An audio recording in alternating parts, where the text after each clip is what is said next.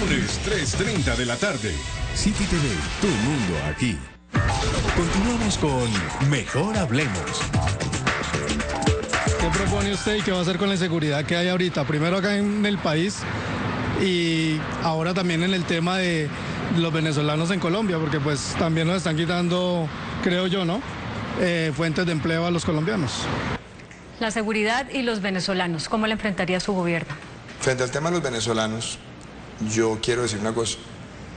Venezuela por muchos años acogió a los colombianos. Les dieron empleo, los recibieron en su territorio.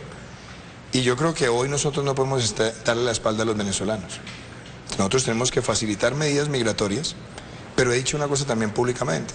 Colombia no puede ser el único país que absorba una crisis humanitaria con gran impacto migratorio. Si yo soy presidente de Colombia, espero serlo, quiero convocar a varios jefes de Estado de América Latina y buscar una respuesta multilateral para que entre varios países podamos amortiguar esos flujos migratorios con visas temporales, con políticas claras, mientras se da una transición también en Venezuela. Según Migración Colombia hay 550.000 venezolanos en el país. Pueden ser más, por supuesto. Sí. Pero ¿cuántos en realidad cree usted que el gobierno colombiano está en capacidad de ayudar, de brindarle salud, educación, empleo, etcétera? Es difícil decirlo, Claudia. Yo estuve en un debate en el Congreso hace 2 años y hace 2 años alerté sobre lo que iba a pasar. Fue un debate que convocó el representante de la Cámara, Federico Hoyos, y claramente lo que dije es, en 2 años vamos a tener acá más de 400.000 o 500.000 venezolanos. Ahora, ¿hay que buscar una respuesta? Sí. ¿Hay que buscar una respuesta humanitaria? Sí, pero además con una condición, Claudia. Hay muchos de los que están llegando que son hijos de colombianos en Venezuela que no han normalizado su situación migratoria, pero son colombianos. Y a ellos no se les puede negar la salud, el régimen subsidiado no se les puede negar. Entonces tienen que normalizarse y recibirlo. Ponle que de los 500.000, no me atrevería a decir qué cifra es, hay un número importante que son hijos de colombianos que nacieron en Venezuela y que están en proceso de normalización migratoria, en cuyo caso hay que garantizarles el acceso al régimen subsidiado. ¿Presidentes reciban a venezolanos? No, hay que tener un paquete de atención y hay que pedirle a otros jefes de Estado que también contribuyen, como ha ocurrido en muchos lugares del planeta.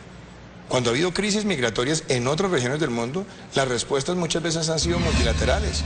O se hacen con otros estados o se hacen unos campamentos de refugiados donde trabaja Naciones Unidas. Afortunadamente no hemos llegado todavía a esa situación. De pronto vamos a tener que llegar a eso y Naciones Unidas va a tener que ayudarnos. Pero yo digo, inmediatamente necesitamos tener una disposición de recursos en el régimen subsidiado de salud como mínimo para una atención básica a esas personas. La persona que hacía la pregunta empezaba planteando la preocupación de seguridad. Algunos la están vinculando a la presencia de venezolanos, pero la seguridad urbana, al margen del impacto que los venezolanos puedan estar teniendo en ella, está en el primer orden de preocupación de los colombianos.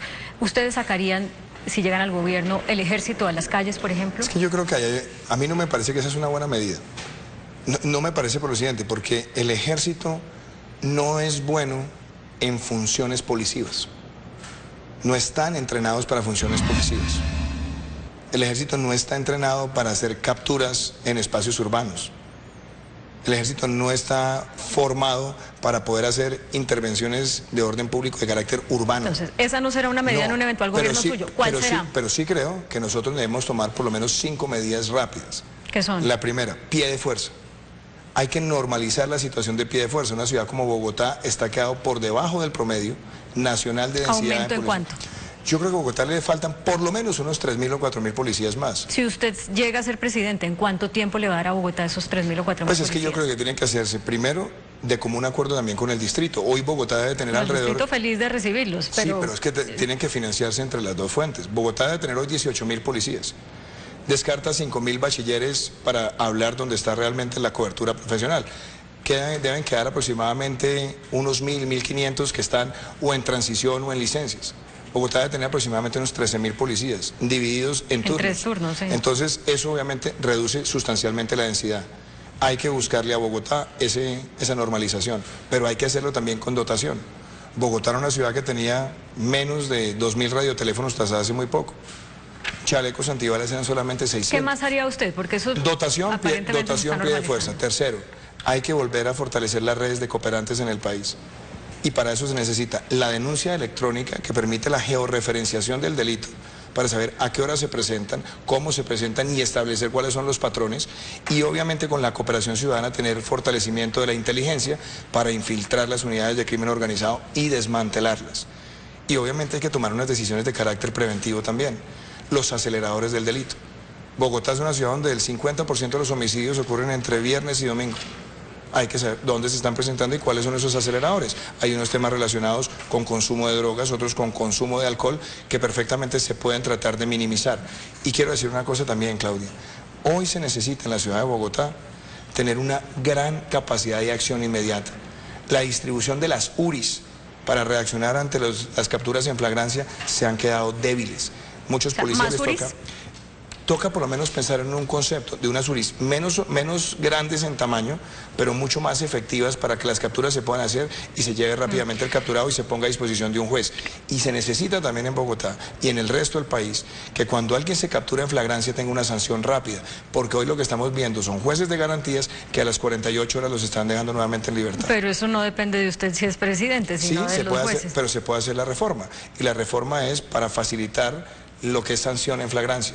Y por otro lado, agilizar los trámites. El trámite de sanción en flagrancia debe ser por lo menos de menos de 5 días. Bajar la edad de imputabilidad, ¿lo haría usted? Esa ha sido una discusión que siempre ha sido polémica, porque entre más la bajan, más temprano reclutan el crimen. Entonces, entonces la respuesta es sí o no. Yo no la bajaría, yo no creo que ahí esté el problema. Uno podría decir, bueno, bájela un par de años, pero yo no creo que ahí esté el problema. Yo creo que está más en la prevención, en la georreferenciación y entender cómo vamos a infiltrar las unidades de crimen organizado. Tengo 3 preguntas de respuesta rápida en 2 minutos que me quedan.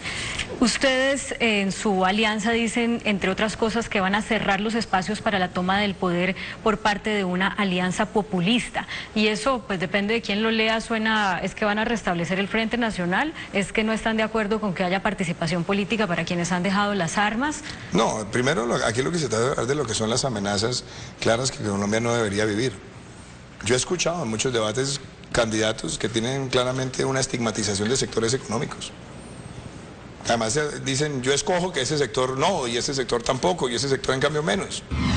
Y además hablan de reasentamiento de la población. Claro, pero esto en la práctica, ¿qué significa? ¿Crear una ley para impedir la llegada de la participación política? Eso significa derrotarlos en democracia. Derrotarlos en democracia, con votos. Claro, como se ganan las elecciones. De ninguna otra manera.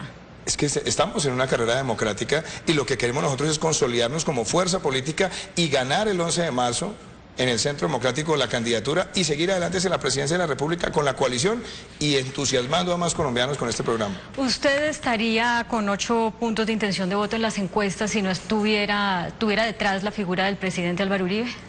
Yo me siento muy contento de pertenecer al Centro Democrático y hacer política con él. No, déjeme, yo le contesto. No me ponga tan... Es que nos queda poco tiempo, dígame. Déjeme, yo le contesto. Yo me siento orgulloso de ser uribista, me siento orgulloso de estar en el Centro Democrático y me siento orgulloso de hacer política con él. Lo que yo quiero es ser presidente de Colombia para hacer estas transformaciones. ¿Tendría chance de ser presidente de Colombia si no estuviera detrás de usted la figura del expresidente Álvaro Uribe? Yo soy miembro de un partido, Claudia, y estoy feliz de hacer política con él. Bueno, se lo pregunto de otra manera. Muchos piensan que no.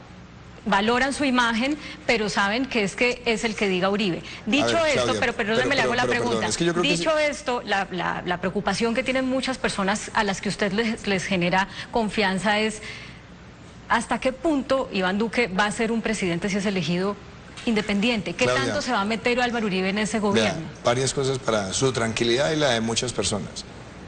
Yo no tengo actitudes vergonzantes en la forma en la que yo hago política. Y se lo digo, soy orgulloso de ser uribista. Soy orgulloso de pertenecer al Centro Democrático y lo que queremos en este momento es trabajar en equipo. Yo voy a ser presidente de Colombia con la ayuda de Dios y los votos de los colombianos y yo espero que Álvaro Uribe lidere la bancada de gobierno en el Congreso para que trabajemos en equipo y saquemos adelante las reformas que Colombia necesita. ¿Usted va a elegir a sus ministros independientemente como lo hizo Juan Manuel Santos, a quien también Uribe puso en la presidencia? ¿Sabe una cosa, Claudia? Le voy a contar una historia rápida. Yo trabajé con el presidente Uribe cuando dejó la presidencia. 18 meses en Naciones Unidas. Nunca llamó a sugerir un solo ministro. Es más, cuando Juan Manuel Santos decidió cambiar la terna en la Fiscalía, lo llamó, estaba conmigo. Y le dijo, presidente, tome usted la decisión, usted es el presidente. Eso es una caricatura que se ha creado. Presidente Uribe, ni él es titiritero, ni yo soy títere. Yo voy a buscar un gabinete de personas que conozcan los temas, que personas que tengan la experiencia y que duren 4 años. ¿Quién prefiere que sea su vicepresidente, Marta Lucía Ramírez o Alejandro Ordóñez? Yo he dicho una cosa desde hace mucho tiempo. Pero dígame uno de los dos nombres. No, lo voy a decir, tranquilo. Yo he dicho desde hace mucho tiempo que quiero que mi fórmula de la vicepresidencia sea una mujer. Entonces, Marta Lucía Ramírez. Como estamos ahora en un proceso electoral, en la consulta, debo guardar prudencia. Pero mi deseo, desde hace mucho tiempo, cuando empecé esta carrera, es que mi fórmula de la vicepresidencia sea Última pregunta, ¿y usted de quién preferiría ser vicepresidente? ¿De Marta Lucía Ramírez o de Alejandro Ordóñez? Yo soy candidato a la presidencia, no a la vicepresidencia. ¿De quién preferiría ser vicepresidente? Yo soy candidato a la presidencia. Tienen una alianza y el que saque la segunda votación va a ser el vicepresidente. No, puede ser usted. ¿A quién prefiere de presidente? Yo gano el 11 de marzo y después le contesto esa pregunta. Bueno, vuelva para que sigamos conversando porque se quedan muchos temas entre el tintero. A ustedes muchas gracias por acompañarnos. Esto fue Mejor Hablemos. Los dejo con un adelanto de la caricatura de Matador que será publicada mañana en El Tiempo Impreso y en eltiempo.com. Buenas noches.